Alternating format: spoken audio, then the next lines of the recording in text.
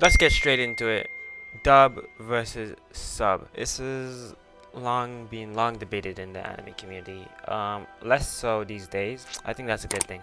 I want to bring it back to the roots and just really just explain a little bit about what this dub versus sub thing is and what really is really going on. So let's look at it from pragmatic perspective. For decades, anime fans have long argued over should you watch the Japanese subtitles or the English dub or the dub in whatever language you're watching in. And what started this debate was like rooted in like quality, accuracy, and authenticity that has shaped over the years. Today dubs are better than ever, but how did they get there? So in this video we'll be exploring of anime dubbing and why it was hated from the beginning, but why it's more so I don't say respected, but it's something these days, right? It's people enjoy it. Dub versus sub debate. It's been going around as long as anime existed outside of Japan. Some fans swear by subtitles, saying it keeps the experience to the original. Others prefer dubs for convenience and accessibility. In the past, dubs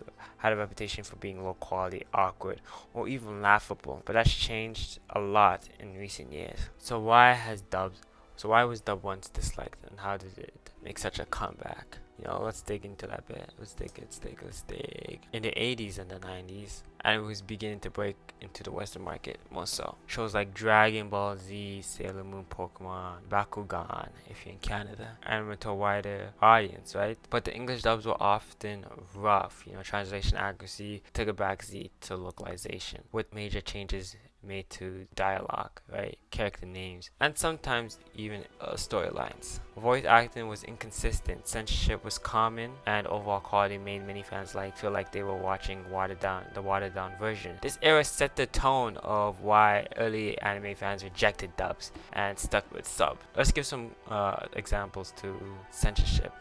Sailor Moon. I think two girls in the show, like two villains or something. Remember I watched Sailor Moon, they were supposed to be lesbians in the sub, in the original. But in the dub, I think it's 4 kids. They just made them like friends or cousins or something. And that really hindered the experience. Or like in Pokemon, well, I think it was Brock, he was eating dumplings.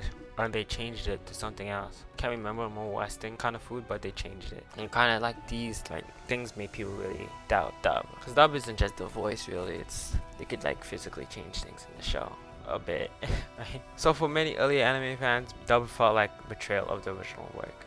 Characters were given voices that didn't match their personalities, jokes were changed to fit Western audiences, which, in all fairness, it's not that bad because that's, we're localizing it. But some people did not like that. And emotional scenes often came off as flat or cringeworthy. Some dubs were removed cultural references entirely, replacing them with unrelated Western ones. This led to a strong preference for subs, which fans felt more faithful to the original intent of the creators, right? Because this is all art. It's like people, you have a Van Gogh painting and you scribble on it to make it less, what is he, Dutch? And make it more French. It's like, dude, that's not what the author intended to do with it, right? So it's like in that context. Well, what was really the turning point of this? So in the 2000s marked a turning point for anime dubbing.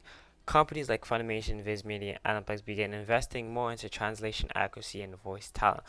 Around this period of time, the voice actors really grew up on anime. They grew up on Dragon Ball, they grew up on Sailor Moon, Pokemon, and they seen what was happening with that, and they just wanted to make it better. So they really, they had an attachment to anime at this point. I think before in the 80s and the 90s, these people were making subs and dubs for just regular cartoons. They weren't really they didn't really understand the cultural impact of that. So voice actors who understood anime's emotional range and cultural depth were brought in, and scripts were treated with more care and respect. Fans started to notice the improvement. We started to notice the improvement. Shows like Full Metal Alchemist Brotherhood, Death Note, and Naruto, like the big three: Naruto, Bleach, One Piece. These dubs were really great. Think about Naruto, Pain. I'm gonna kill you!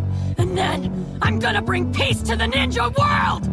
That would be justice. However, what about my family?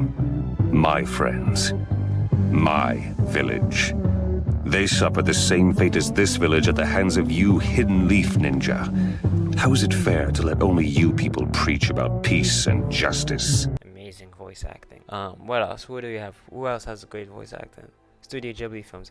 They're able to get A-list voice actor. I think Shia LaBeouf was in one of the earlier ones too, for the dub for that one. So it's amazing. So in today's dub, in contemporary dub. Today, the anime dub landscape is stronger than ever. Studios like Funimation, Crunchyroll, Bang Zoom, and Sentai Filmworks consistently produces high quality English dubs that release just weeks or even days after Japanese versions. Thanks to simul dubbing, voice actors are now respected professionals with dedicated fan bases, and the production quality has improved across the board. Popular titles like My Hero Academia, not my favorite, but still we have to give it to My Hero. They have a good dub. Spy X Family, I don't like Spy X Family, but that's for another episode, that's for another discussion. And Chainsaw Man, work of art, have dubs that many fans actually prefer. What was once considered the lesser option, has become a legitimate, well-crafted way to experience anime. So the rise of the preference as dubs have improved, the conversation has shifted from which is better to what works best for you. Remember, I'm an anime consultant. I've watched over 600 animes with 11,000 episodes. I'm able to consult you on any anime that you want. Alright, go. My link is in the Fiverr. My link for my Fiverr is down below. For some, watching anime in Japanese with subtitles feels more authentic and emotionally accurate. For others, dubs are more relaxed in viewing experience, especially while multitasking or watching with others. Like I'm trying to eat my supper, right? I'm watching a sub, that's kind of like, that's a lot. But if I'm watching a dub, it's kind of better. But nonetheless, I'll hold my opinions to what I think is better till the end, okay guys? The hard divide between dub and sub fans has softened, and now is more about personal preference, whether you enjoy the original performance or prefer the accessibility of the dubbed audio. There's no wrong way to enjoy anime anymore. Truly, there isn't, and it's amazing to see that change over the years. So let's have that narrative continue. And why this matters is the evolution of dub isn't just a technical upgrade, it reflects on anime's growth and cultural impact. High quality dubs make anime fans more accessible to a wider audience, including younger viewers, people with reading difficulties, or just simply prefer listening over reading. As anime fans become more mainstream, the need for stronger, respectful localization grows too. The dub versus sub debate used to be a dividing line in fandom, but now highlights how far the industry has come in making anime for everyone, not just the niche. Now, what's my take? I watch dub and sub, because basically what I'll do is I'll wait for like a season to finish, like summer season, and then I'll watch the first few episodes in dub, and then I'll watch it in sub because the dub hasn't caught up yet. Or if the whole dub is out with the sub, what am I gonna pick? I'm gonna pick the dub. Why? Because I can just knock that down faster. I can finish the show faster. I don't know how to explain it to you. You finish the show faster watching it on dub in your language. And I'm really just trying to knock this out the park, because right now, because back in the day, sure, I might watch it in sub because they would change things around, that would affect my rating on how to rate the show. But today, they're keeping it pretty accurate, so I can just knock it down as fast as I want, give it the score I need, move on, and I enjoy it overall. I kind of dibble dabble in both.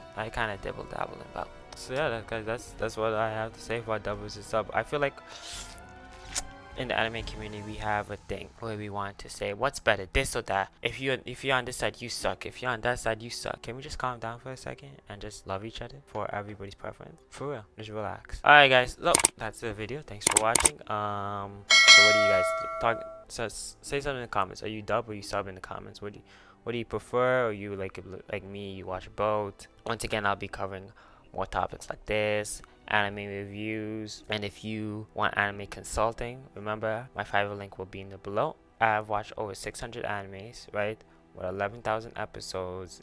I went to school for film, right, so I'm able to break down these stories for you in a deeper way, right? So if you want some anime consulting and me to pick out some shows for you, the Fiverr link is down below. Make sure to subscribe, make sure we get this channel going.